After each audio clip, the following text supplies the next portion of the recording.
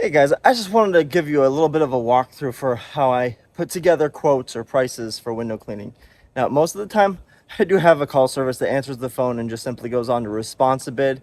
They're able to ask a few questions, mostly based off of the size of the house, and they're able to shoot out a price immediately.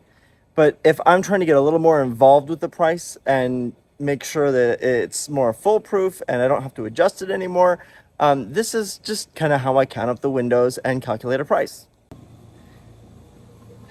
Now, one of the errors is that if you ask on the phone how many windows they have, they're going to miss a few. So if you are having the customer count the windows so that you can give them a price, automatically add 3 to 5 windows to that just in case, and you can always knock the price down if they book the appointment.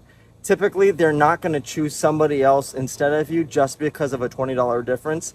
So stack up that little bit extra so you have some wiggle room just in case. You never want to underestimate and have to ask for more once you get there.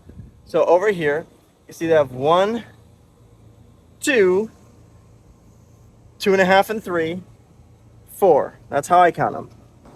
Coming around to the back, we have 5, 6, 7, 8, 9, 10, 11, 12, 13, 14, 15, and then up there, 15.5, 16, 16.5, and then we can go either 17.5 or 18. Let's just round it up to 18, and we'll have a little wiggle room if we run into more single panes like that. On this other side, we have 19 and 20, plus we have a little half up there, 21, 22, and 23 on the bottom there. And that bathroom window up there, while I could say this is just a half a window or a single pane, if I'm going to clean that, I have to get a ladder up if I don't already have a water fed pole. Even if you do have a water fed pole, you have to assume you might have to ladder up at some point just to clean it. And that's going to take some extra work. So you don't want to count that as a half a window because it can be so much harder to clean that up. Now in the front, we have those doors, 24, 25, 26, and 27. And then up in the front, 28. We can count those together, 29, 30, 31, and 32. So a lot of times I'll just take those 2 individual ones, since I can put one ladder and get them both in one ladder. I'll go count them as one since it's just 2 panes and no screen to worry about. Now let's just assume I was going to charge strictly based off the window count. If I'm going to charge on the lower end of my rate, which is $16 per window for inside and outside, including any potential screens and tracks, this house was cleaned a year ago, and so I know it's in good shape, and it's going to be a lot easier to clean than windows that haven't ever been touched before. So I would be closer to that $16 per window price point, which would come out to $512. Now, like I said before, I actually charge by the square foot. This house happens to be about 4,070 square feet. And when the calculation is done at 13 cents per square foot, the price came out to $528, which is what they were booked for. So there you can see, if you're bidding over the phone, you can actually be very accurate based on the square feet as if you were going to charge by window. Now, I would ask them a few extra questions on the phone, like have they been cleaned in the last 5 years professionally? Or are there any hard water stains? Or are any of the windows looking like they have calcium deposits, like a white, light-colored, fuzzy texture on the exterior of the glass? Are the window sills clean, or have the tracks been opened very often? Do you ever open your windows? All these different things can kind of give you an idea, and based on that, you can come up with your own system. But I use Responsibid, so all these things kind of get weighed into it. And so if it's a new home post-construction and there's paint splatter, then I'm going to be closer to double that price, maybe $25 per window. So not quite double. But if it's just a few extra things, like the windows haven't been touched in 5 years, I'd probably lift the price up about 20% or so.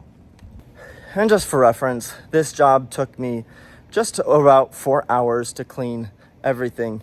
Again, inside, outside, tracks, screens, sills, the whole works. And for $528, I'm pretty content with that. Now, to be clear, it's not always foolproof to go by square feet. I had a job just last week, as a matter of fact, that was a little bit of an older construction build. It was probably built in the 80s or 90s. For Texas, in the northern Texas area here, that's considered old. I know in New York or some of these colonial places, you're looking at 1812 would be old. But anyways, for here, the older homes, it was around 3,400 square feet, but they had almost 40 windows. And so the count of windows that I would have anticipated was a lot higher for the typical house of that size. So I had to actually kind of bump the price up a little bit. It hurt me a little bit, but the owner was completely understanding. And as a matter of fact, they're getting ready to flip the house and make, $20,000-$30,000 minimum just off of buying the house and getting it in nicer condition, make sure the windows are polished off, and sell it to somebody else for more. So the more little nuanced questions you can factor into the equation, the better off you'll be. And sometimes you can just Google it before you talk to the customer. If maybe you receive their leads through social media, you can just go ahead and pull up their address and get a quick window count, or at least see from the road if it looks like there's going to be more or less windows than average. Now, if I'm calculating a price and it's about $50 or more than it would have been by window, say you have a monster of a home, but one side of the house doesn't have any windows at all. If I'm about $50 more than I normally would charge, then I'll go ahead and give them a little bit of a price break, because chances are they're going to get other prices from other cleaners who are just counting the windows. I'm still going to be able to beat the competition to the punchline because I'm going to be fast with the price. I don't have to worry about going to their house, spending an hour trying to meet up with them, have them there so that they can talk me through everything. I'm going to save them invaluable time, and I'm going to save myself invaluable time as well. 5 minutes on the phone, get an accurate price, and save you both about an hour or so worth of time and calculations trying to figure things out. Now, just for the heck of it, I'll do the math real quick so you get an idea of what I would have charged for the outside. If I'm going 7 cents per square foot, which is kind of my standard or floor for outside windows, that price comes out to $284. That's what they would have been priced over the phone with the windows that have been regularly maintained and are in need of clean within a year of cleaning. If I had to guess how long just the outside would take, it'd be just over 2 hours, maybe 2 hours and 15 minutes. So it's a win-win. If you're bidding on the phone, I highly encourage you to try to adopt that bidding per square foot method. It is very reliable and makes life a lot easier when you're trying to do things in a pinch over the phone. Plus, you can take that same square footage and calculate gutter cleaning or many other services that would be appropriate. If you're worried about getting gypped because you're quoting them over the phone and it might not be perfect, it's a pretty easy thing to work around. What I do is I simply say, look, this is an estimate. 99% of the time, the estimate is accurate and we stick with it when we see it.